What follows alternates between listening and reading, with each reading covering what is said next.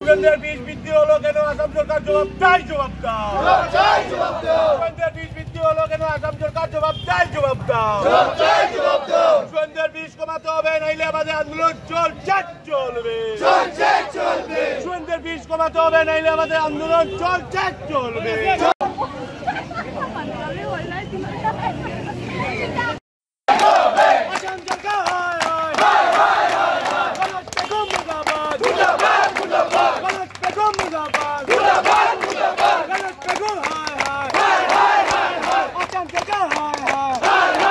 যোৱা দুদিন আমি আন্দোলন কৰিছোঁ, কোনো ৰেছপন্স হোৱা নাই।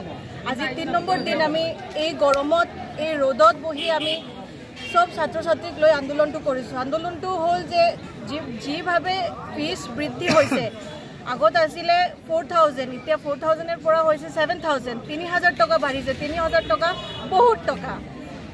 প্ৰশাসনৰ বাবে এইটো 3000 টকা মানে 1-2 টকা, কাৰণ সিহঁতৰ বহুত পইচা আছে।